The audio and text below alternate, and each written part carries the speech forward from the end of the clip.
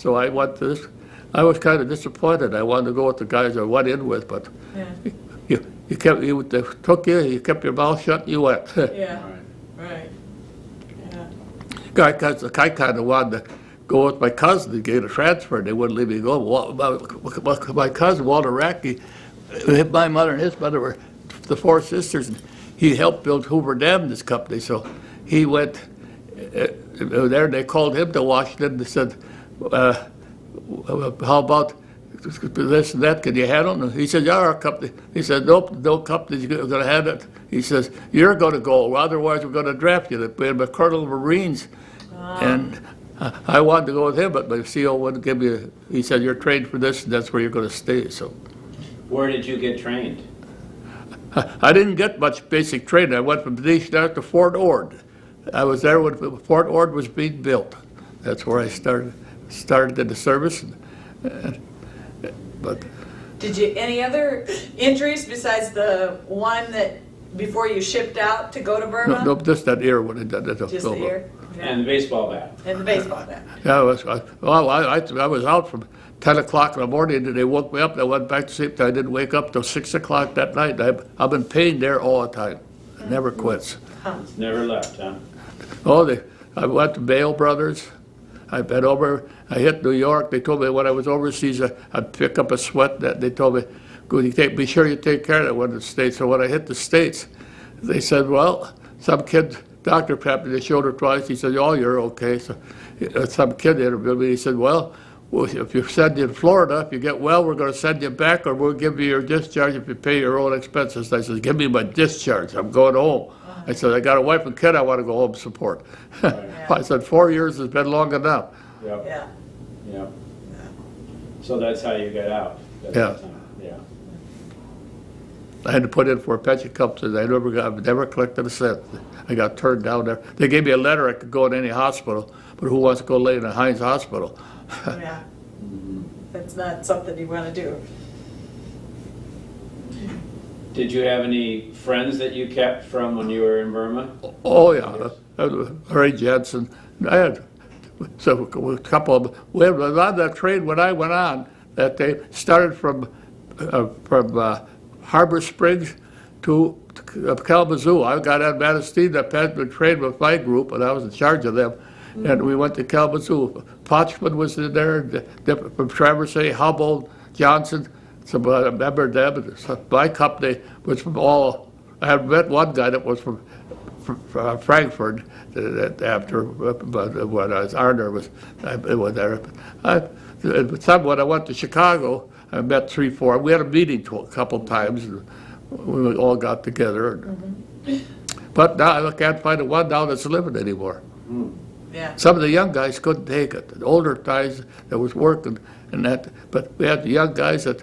One kid, 18 years old, shot himself in the leg. Thought he was going to get home. Yeah. And 3 guys got killed. They thought they was going up there to play a little bit. And they got surprised. One got killed. The other 2, one got in the shoulder. We never saw him. So I went to the one. There was an Indian. I went to hit the funeral, so somebody was around there. But I never seen him. They got him right out of there. Shipped the bodies right out right fast. Eh? Well, they left him here. They buried him right there. Oh, okay. Yeah. But the other 2, they got court-martialed, so I don't know where they went. But you couldn't play around there. They were about religions. You hear them old drums beating there all the time. You know, they buy their wives over there. The Mohammedans, they buy them. When they're 8 years old, they're worth money. When they get up to 15, they ain't worth much money. All of them, when we working for me, when I first went there, they were making 15 cents a day. And we paid them working for us a rupee a day. Okay. So that was a big wage for them then. I remember they had a load of ducks. Nobody wanted them. I says, take the whole load, dump them by area. There, when I got back to the area, the people, all the guys, what the heck you gonna do? You're crazy. What are we going to do with it? We're going to eat them. Right. So I got my bears and that to go get them. Got them. Everybody got a roasted duck. Yeah. Well, that was fresh meat. Yeah. I got pork chops once. And then when we throw a couple of cows, we got fresh meat for a couple of days. Got a piece of buffalo meat once, cooked it for 2 days, couldn't get it tough. Finally, I tried to grind it, I broke the meat grinder. And I finally threw it out, and it got sour. I couldn't get it tough so I could eat it. Jeez. How long did it take you to get rid of the worms? You said you got. I didn't know I had them. So when I first got out, I went to the Blue Island Hospital when I got a house there. After when I was they thought that they said you must have been a heavy drinker or something. I said, well, I wouldn't even drink at that time. Yeah. I gave my beer away. Like one case of beer all the time I was there. And they gave that away. The quartermaster for a 5-gallon can of coffee. So so I didn't pay no attention to it. So when I got cooking there, they had to take an exam. All right.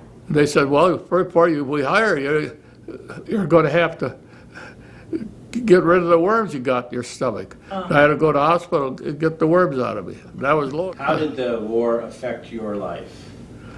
Well, didn't affect it too much, I guess.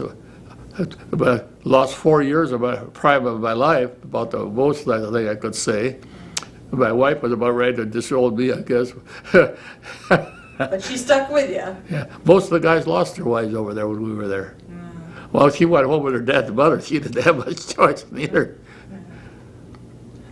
Yeah, so, but that was a life. But I had to cope with it. What could you do? You had to accept it. Yeah. Yeah. Some of the guys thought they'd screw up. I was tempted to do something to, so they had to break me. If they would break me, then they'd have to give me A discharge. so I could transfer. But the CEO told me, he said, Bill, I'll shoot you first if you do that. So was it a really hot area where you were? Oh yeah, up to 120 during the monsoons. Very hot. We ran around until we got suntans to cut them off. We ran around in shorts. But then we had to take and cover up in the nighttime on account of the mosquitoes. Most of our company, all but 4 of us got malaria. So that was a bad deal there too all the time. Terrific heat. I saw guys crying in bed. We was all raw. Then we got that infantago underneath their arms and stuff. But you made it through without really getting sick while you were there then? Nope. Broke my glasses. I went when I was in Calicut. I got another pair, but they put the wrong stuff. They sent home for 2 pair of glasses. Every time I got them, they were broke. So I went without my glasses most of the time.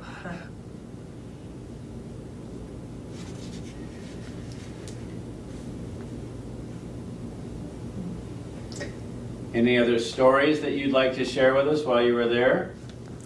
Well, I don't know. Every day was something.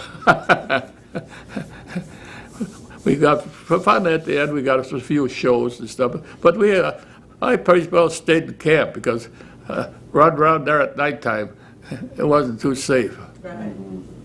Did you play a lot of cards?